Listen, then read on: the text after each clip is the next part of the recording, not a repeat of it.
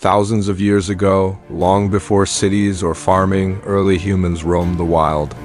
They faced a world full of dangers and wonders, a world we can barely imagine today.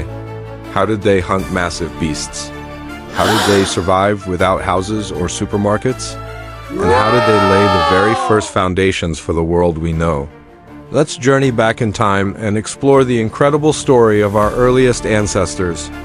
Before they were masters of the planet, early humans were simply part of the food chain, living as hunter-gatherers. Their journey began in Africa, and from there, they slowly spread across the globe. In these early days, survival was a minute-by-minute challenge. Before the discovery of fire, their diet was raw and simple. They ate what nature offered freely: wild fruits and berries, nutritious roots dug from the earth, and even insects.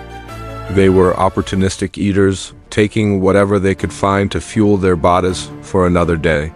This constant search for food defined their existence and pushed them to be incredibly resourceful and observant of the world around them. It was a life lived on the edge, entirely at the mercy of nature. Hunting was the ultimate high-risk, high-reward activity. A single person stood no chance against the massive creatures of the Ice Age, so they relied on their greatest strength: teamwork. Hunting was a group effort, a carefully coordinated dance of strategy and bravery. They became expert trackers, learning to read the story told by footprints in the dirt, broken twigs, and animal droppings. Once they located their prey, like a towering mammoth, a swift deer, or a herd of wild cattle, the hunt began. They would surround the animal from multiple directions, cutting off its escape routes. Their weapons were simple but effective: sharp-edged stone tools crafted with skill, and long wooden spears, their tips hardened in fire. Sometimes their greatest tool was fear itself. They learned to control fire, using torches to create a terrifying wall of flames, driving herds of animals towards a cliff or into a pre-dug pit trap. It was a brutal, dangerous business, but a successful hunt meant survival.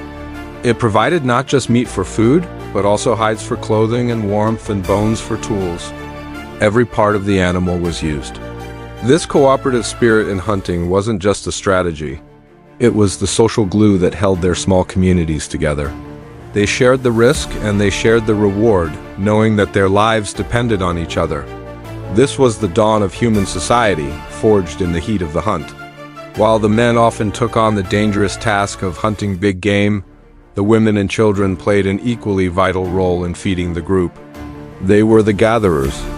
Their domain was the landscape itself, and they knew its secrets intimately. They could identify which plants were safe to eat and which were poisonous. Day after day, they would collect a rich variety of foods: sweet, ripe fruits, energy-packed nuts, and tangy berries. They dug for edible roots and tubers, providing essential carbohydrates. In many ways, gathering was a more reliable source of food than hunting.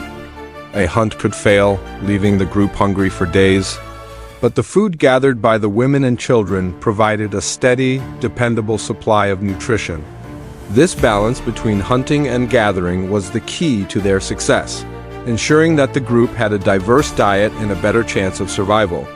The discovery and control of fire was perhaps the single most important moment in human history.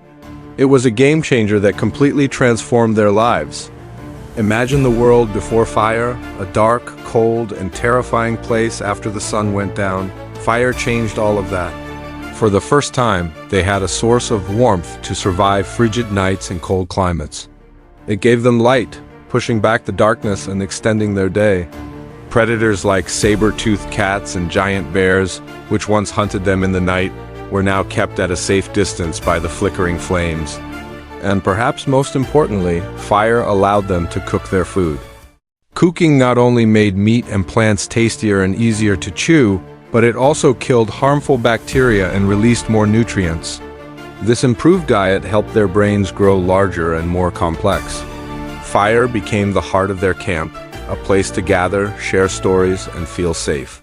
So, what was a typical day like for our early ancestors? It was a life of constant motion. They didn't live in permanent houses, but in temporary shelters like caves or simple huts made of branches and animal hides. These homes were just a base of operations, a place to rest before moving on.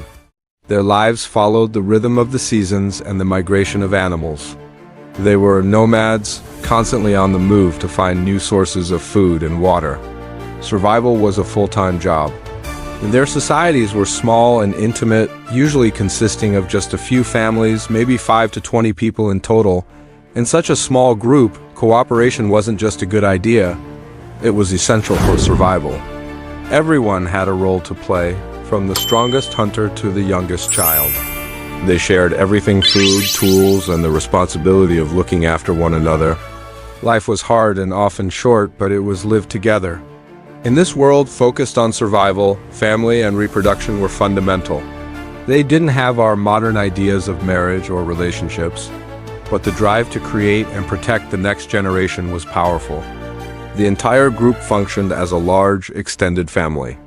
When a woman was pregnant, she was protected and cared for by everyone. The birth of a new child was a victory for the whole community. Raising children was a collective effort.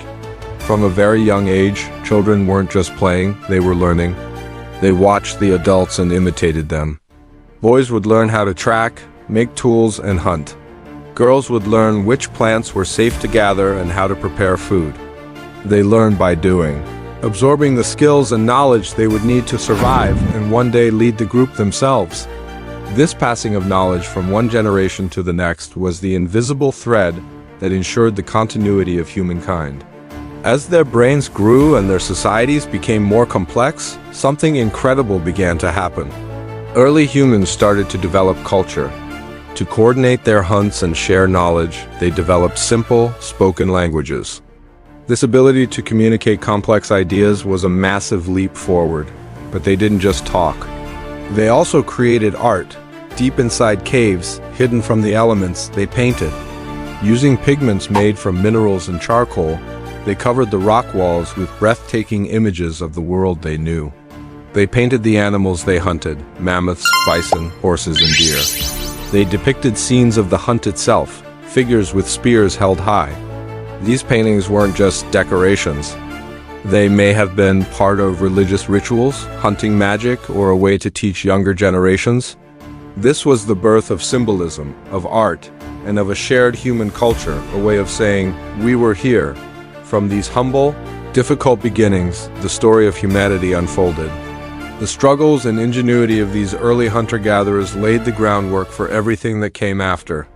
Their ability to cooperate, to innovate with tools and fire, and to create culture and art set us on the path to becoming the dominant species on the planet. Their journey of survival is our own origin story. It's a powerful reminder that the foundation of our modern world was built by hand, step by step, by our ancient ancestors in the wild. Thanks for watching, and if you enjoyed this journey into the past, don't forget to like and subscribe for more adventures through history.